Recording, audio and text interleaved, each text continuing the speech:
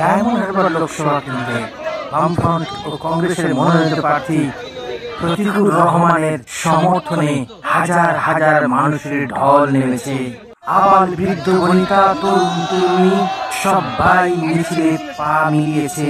এই মিছিলে অংশগ্রহণ করেছেন সিপিআইএম এর ধাপুতে তরুণ ইয়াং ব্রিগেড সু বক্তা দীপশিখা ধর।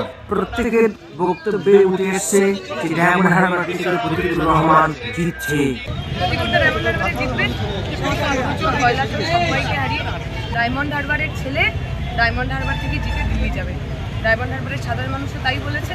বহুদিন ধরে বাইরের লোকজন এখানে এসেছেন, এমএলএ হয়েছেন, এমপি হয়েছেন, এবার তারা নিজের ছেলেকেই চান।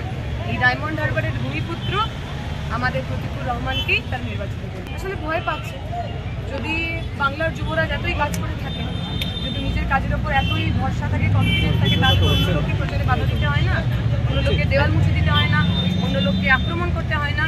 তৃণমূল কংগ্রেস নিজে খুব ভালোভাবে জানে যে বিগত বছরগুলোতে তারা শুধু চুরি, ডাকাতি, লোকের পকেট কাটা, লোকের খুন, ধর্ষণ, রাহাজানি ছাড়া কিচ্ছু করেন।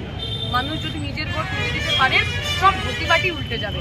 যাতে মানুষ নিজের ভোট নিজে নিতে না পারেন, ওই জন্য আমাদের প্রচারে বাধা, ওই জন্য আমাদের লোকের উপর আক্রমণ।